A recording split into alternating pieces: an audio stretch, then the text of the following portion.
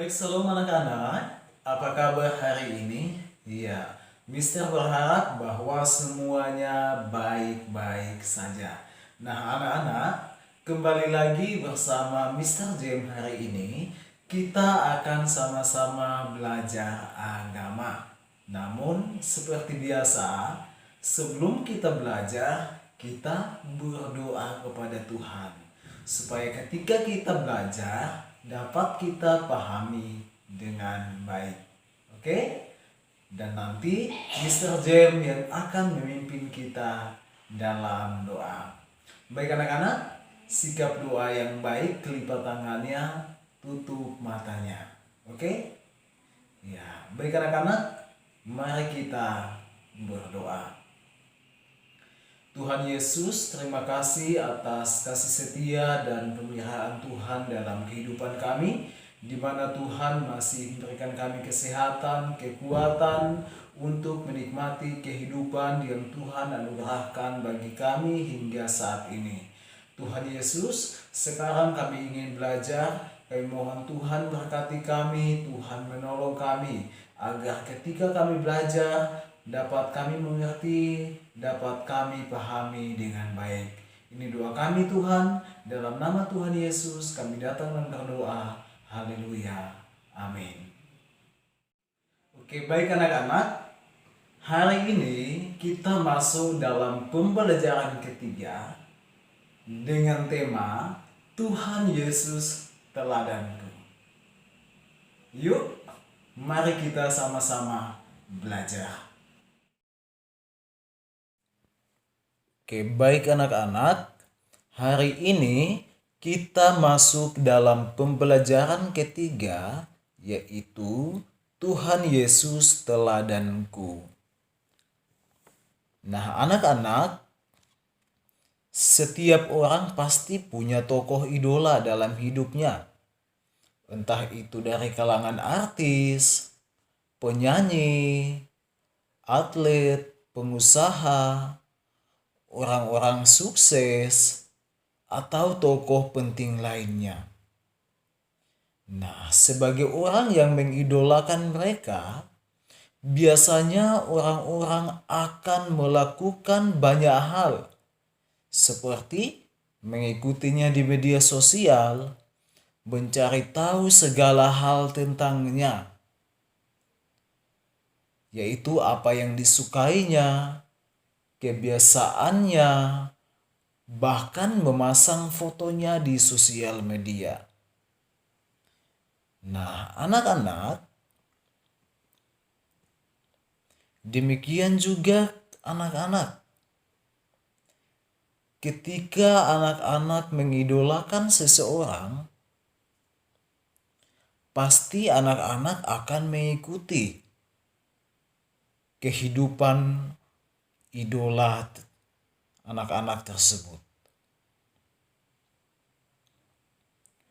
Contohnya, mungkin ada yang mengidolakan tokoh Superman.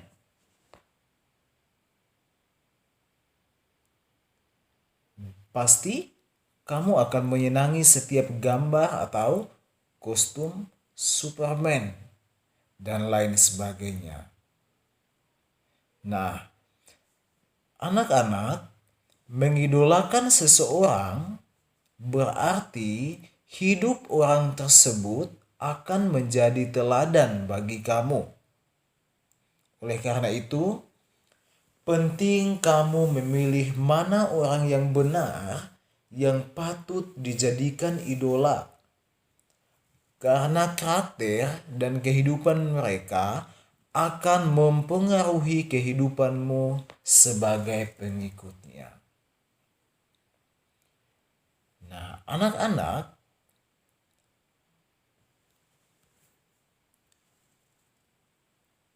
Tuhan Yesus adalah tokoh yang memberikan teladan yang benar, yang patut kita teladani. Nah, dalam kekristenan, banyak tokoh Alkitab yang dapat dijadikan tokoh idola atau yang dapat kamu teladani. khususnya dalam sikap menghargai dan menghormati orang tua atau orang yang lebih tua di sekitarnya. Ayo, adakah di antara anak-anak yang tahu siapa tokoh tersebut? Ya, tokoh tersebut adalah Tuhan Yesus. Nah, Tuhan Yesus adalah teladan yang sempurna loh.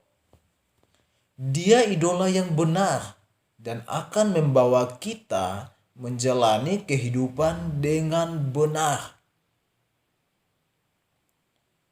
Saat Tuhan Yesus menjadi teladan hidup kita, maka kita akan berusaha untuk memiliki hidup seperti Tuhan Yesus dan berlaku sebagaimana sikapnya setiap hari.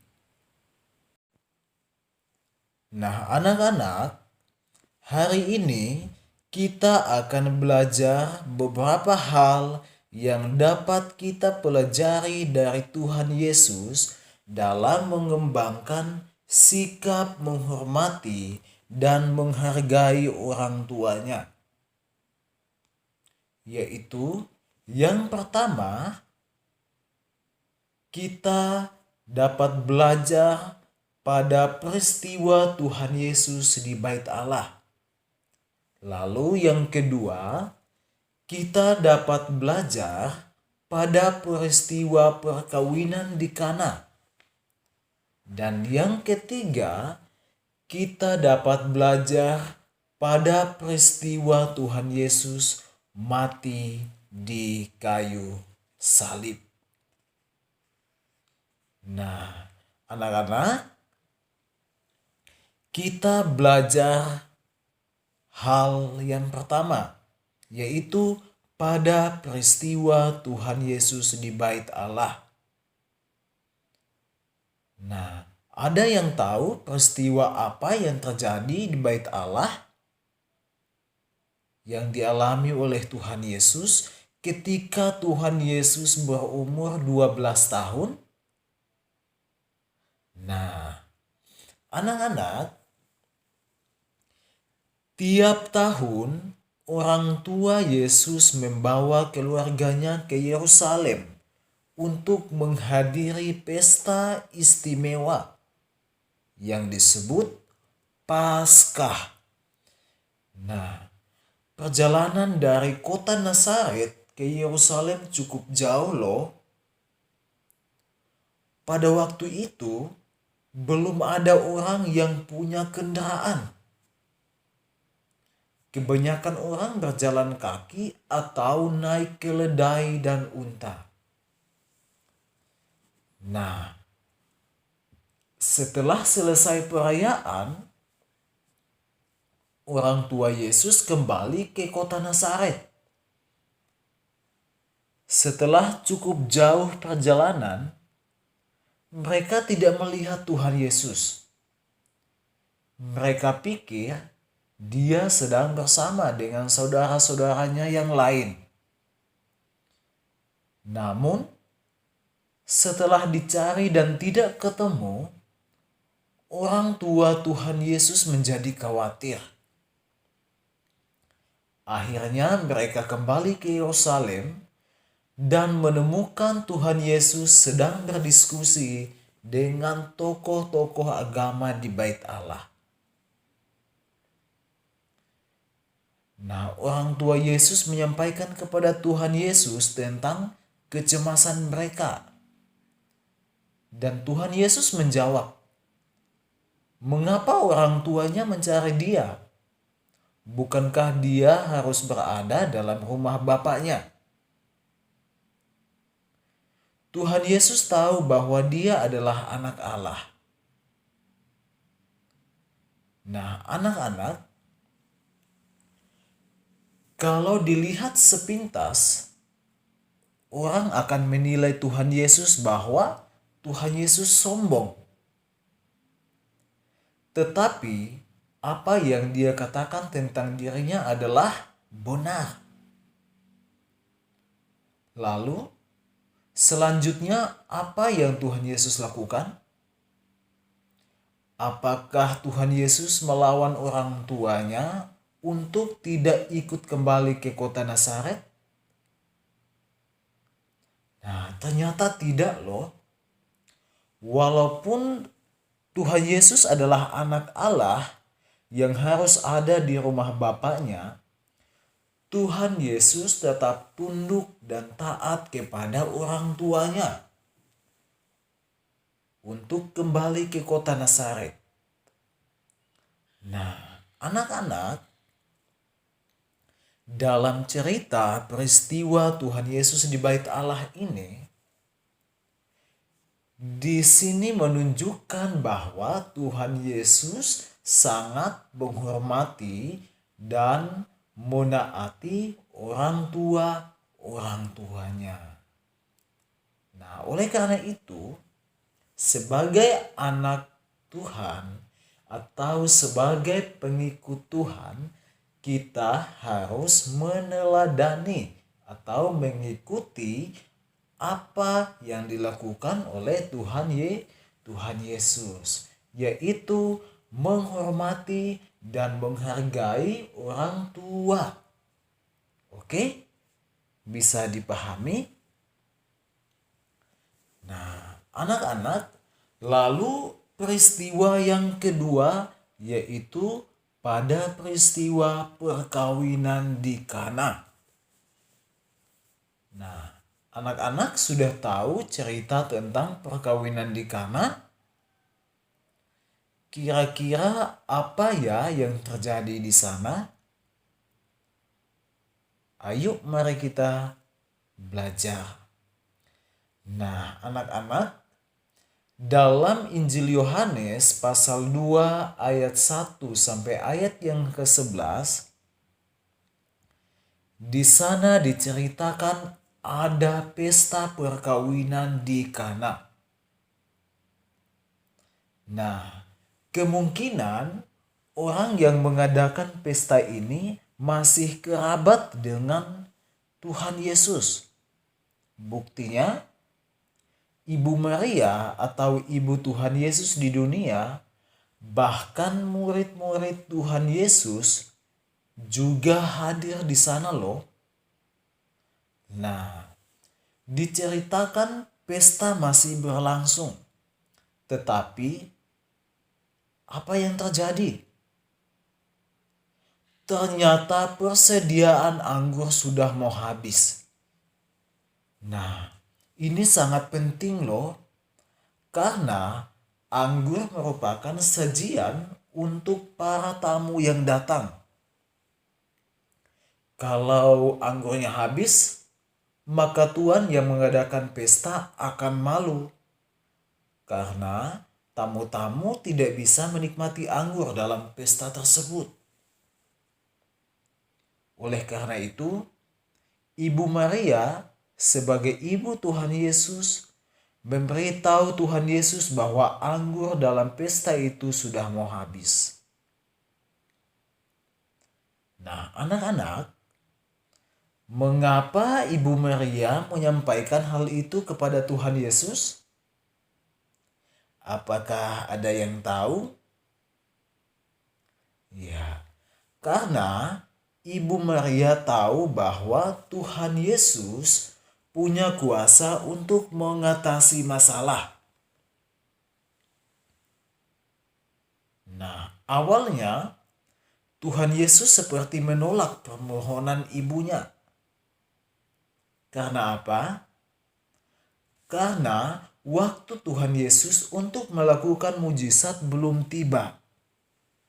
Namun, Ibu Maria tetap percaya bahwa Tuhan Yesus mau mendengarkan dia.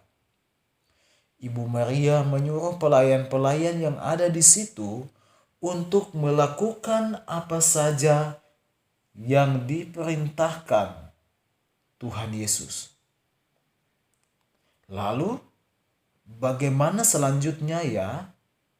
Apakah Tuhan Yesus mau mengabulkan permohonan ibunya? Atau apakah Tuhan Yesus menolak? Nah, anak-anak, apa yang dilakukan Tuhan Yesus? Akhirnya Tuhan Yesus mau melakukan apa yang diminta oleh ibunya. Dia menyuruh pelayan-pelayan di situ untuk mengisi air dalam tempayan-tempayan. Dan apa yang terjadi? Mujizat pun terjadi. Yaitu air dalam tempayan-tempayan itu berubah menjadi anggur yang sangat enak. Sungguh luar biasa, bukan? Hebat kan perbuatan Tuhan? Nah, anak-anak, dalam peristiwa kedua ini juga dapat kita pelajari bahwa Tuhan Yesus menghargai atau menghormati orang tuanya, yaitu mengabulkan permintaan orang tuanya. Jadi sebagai anak Tuhan, kita harus menghargai atau menghormati orang tua kita seperti yang dilakukan oleh Tuhan Yesus. Oke? Anak-anak bisa pahami? Ya. Lalu peristiwa yang ketiga yang dapat kita pelajari dari Tuhan Yesus adalah peristiwa Tuhan Yesus mati di kayu salib. Nah, kira-kira bagaimana ya ceritanya? Nah, anak-anak, untuk cerita peristiwa yang ketiga, kita akan lanjutkan pada video berikutnya ya. Oke? Ya. Baik anak-anak, materi kita hari ini cukup sampai di sini, dan yang menjadi tugas bagi anak-anak hari ini adalah dalam buku paket halaman 27 dan 28 kegiatan 3. Oke, baik anak-anak, materi kita hari ini cukup sampai di sini. Dan sebelum kita mengakhiri pembelajaran kita hari ini, mari kita sama-sama mengucap syukur kepada Tuhan. Karena Tuhan telah menolong kita, Tuhan telah menyertai kita, sehingga kita dapat belajar dengan baik. Oke? Dan nanti Mr. James yang akan memimpin kita dalam doa. Baik anak-anak, lipat tangannya, tutup mata, dan mari kita berdoa. Terima kasih Tuhan, karena Tuhan telah menjaga kami, Tuhan telah menuntun dan menyertai kami, sehingga pada saat ini kami dapat belajar dengan baik. Terima kasih Tuhan, tolong kami Tuhan, berkati kami, supaya apa yang telah kami pelajari dapat kami mengerti, dapat kami ingat Tuhan. Ini doa kami Tuhan, berkati kami, berkati keluarga kami, berkati orang tua kami. Hanya dalam nama Tuhan Yesus kami datang dan berdoa. Haleluya. Amin. Oke, baik anak-anak. Terima kasih untuk hari ini sudah belajar bersama Mr. James. Tetap semangat. Tuhan Yesus memberkati.